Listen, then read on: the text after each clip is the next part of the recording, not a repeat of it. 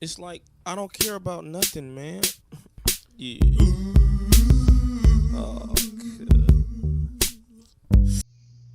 So this video is the start of our new unit transformations. This one is going to be a very short unit. We're only going to be on it for about a week before our test. So the goal for today is hopefully by the end you know the difference between a rigid motion and a non-rigid motion. Alright, so we are looking at the blue packet right now. This one says there are two main categories of transformations. The two kinds are rigid and non-rigid. And we are going to go over what that means right here. So a rigid type of transformation does not change the size of the preimage. So if it can move somewhere else, but the size will stay the same.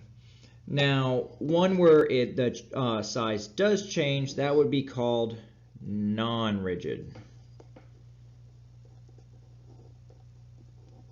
So this was actually the success criteria in my class for the first day that we went over transformations, is knowing the difference between a rigid motion and a non-rigid motion. So rigid, it will move, but the size stays the same. And non-rigid, it moves, but the size is now different. All right, so on this chart that we have, it has the four different types of transformation. So we have a translation, which is what this packet is mostly about, reflections, rotations, and dilations. So we'll go through each of them. I'm going to give you just a very toned down definition. We're going to say if it's rigid or non-rigid and tell us why it's rigid or non-rigid. So first one with the translation, it just will move somewhere else. And the way it does this is basically it just slides to a different spot. Now it's sliding, but it stays the same size. So based on what we were talking about earlier, that would mean it's a rigid motion. So this one would be rigid. The reason it's rigid is because it slides, like we said, but the angles and the size stay the same. And size stay the same.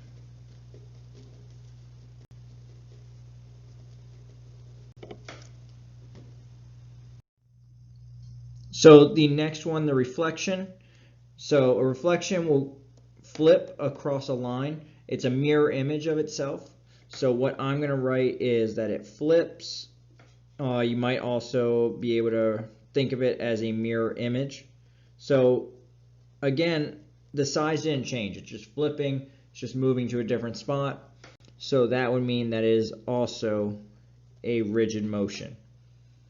And for our justification, we're going to be saying basically the same thing as this, except now we're going to say it flips. So to make it so that doesn't take that long, I will put that in there and just show you. So this one, we're saying, like I promised, I wrote in here, it flips, but angles and size stay the same. So just like the one before, it stayed the same for the angles and size, but this time it was flipping. Now, a rotation is one where it's rotating around a given point. So I'm just going to draw, instead of actually writing something, just a little circle to say that it's rotating. So it rotates around. And just because it's rotating, the angles and size would stay the same.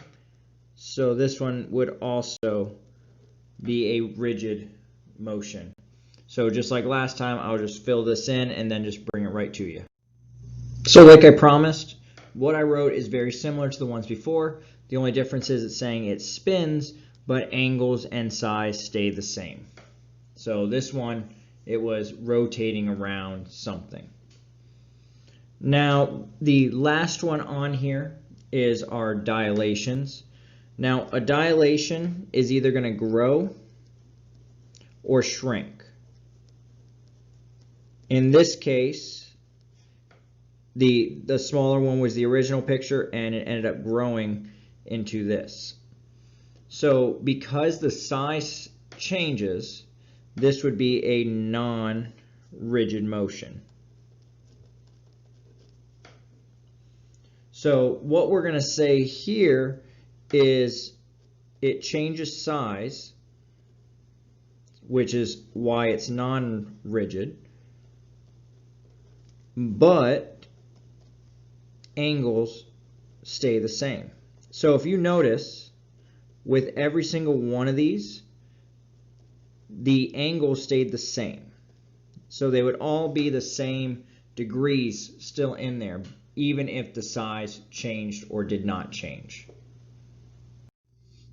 So for any transformation of a geometric figure, it is a change in either the location, so where it's at, or size of a figure. So the rigid motions are only going to have a change in location. A non-rigid motion would be one where the size changes. So next part it's saying when referring to transformations, we call the original object the pre-image. Now a pre-image is the original. It's the OG, the original gangster. So what are you doing? I'm with it. I'm hip. The original picture is called a pre-image. The one that changes, that one is called the image.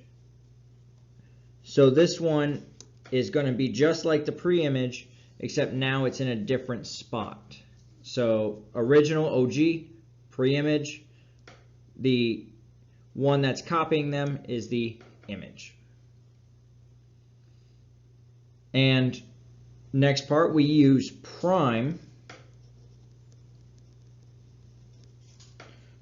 which is like a little apostrophe next to the letters to represent the transformed figures of the original figure. So for the example they gave us, they said if A is the pre-image, so the original picture, then A prime is the image. So we still have the same letter. Now it has this prime. So if there's multiple of them, multiple transformations, it will have multiple of these marks.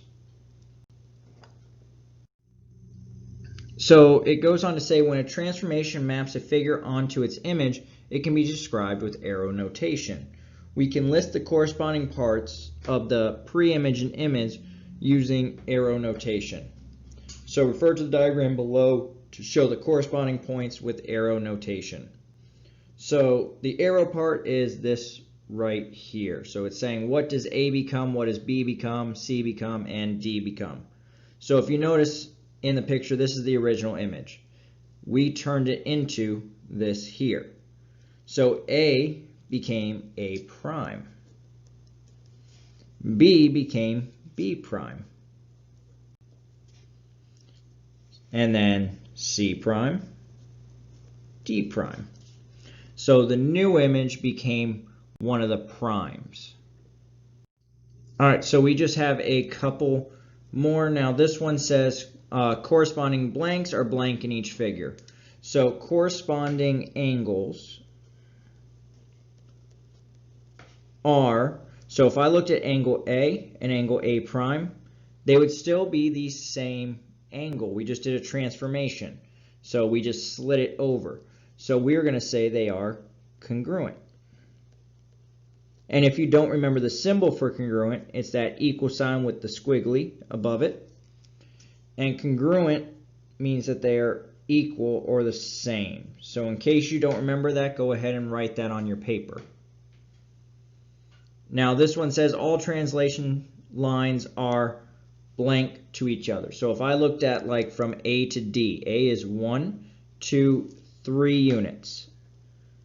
If I look at from A prime to D prime, it's also 1, 2, 3 units.